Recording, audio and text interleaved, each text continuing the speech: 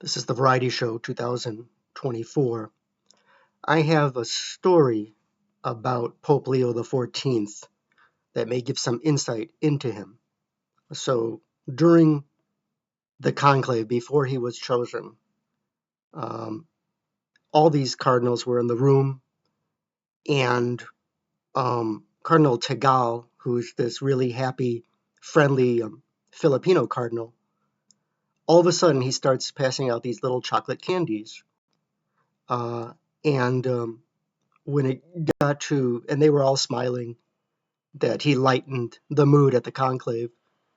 And when the candy got passed out to Cardinal uh, Prevost, the future pope, his reaction was he smiled and he said, "Are we allowed to have these?"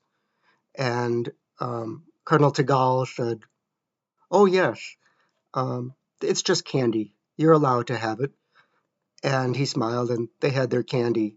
So right there, that should tell you something. The fact that he asked permission to have the candy, which I probably would have just had the candy, shows what he's like, very humble, reserved. He needed to ask permission if it was okay for him to have the candy. He didn't just eat the candy. And also, if it was me, I might have said, "Oh, how about some more candy?" Gluttony. But Pope Leo just did not, didn't ask, could I have some more candy? So he just took the one candy. So, that would have been gluttony if he said, how about some more candy?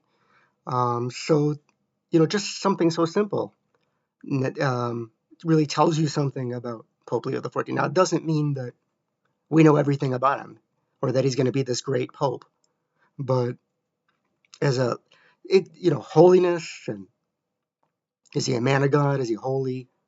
What is he like? I think just the candy story about Pope Leo XIV shows you he's reserved, he's quiet, he's uh, um, he has to ask permission to have the candy. In other words, that would say that he doesn't view himself as important. He doesn't view himself as important. I think we can read into this candy story a little bit about the personality of Pope Leo XIV. Variety Show 2024.